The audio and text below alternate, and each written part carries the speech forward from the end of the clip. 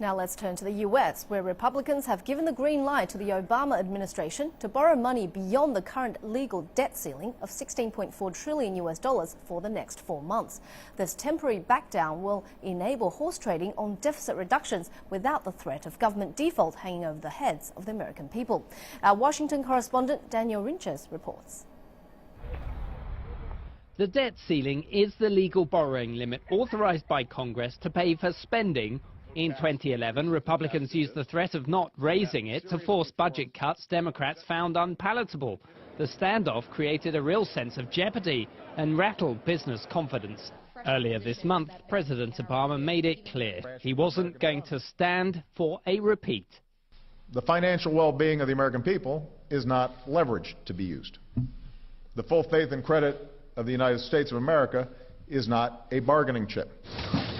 So now Republicans have backed down, allowing the government to borrow above the $16.4 trillion debt ceiling until mid-May. Republicans are threatening to suspend lawmakers' pay if Senate Democrats don't work to pass a budget by April the 15th, but will be ready to raise the debt ceiling if they do. It's time for us to come to a plan that will, in fact, balance the budget over the next 10 years.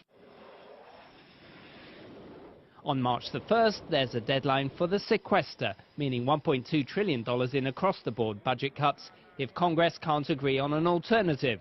It's a blunt instrument hitting the defense industry hardest. It's taking a meat axe and slicing off a large, I think it's something like 7+% of defense spending. Republicans say they might be willing to delay the sequester if a deal isn't reached. Instead, they may work on a March 27th date for authorizing a budget for the 2013 financial year. I don't think there's a grand moment because these two parties can't quite figure out the terms on which they're going to agree. Republicans want deep cuts to costly social spending programs and no more tax increases.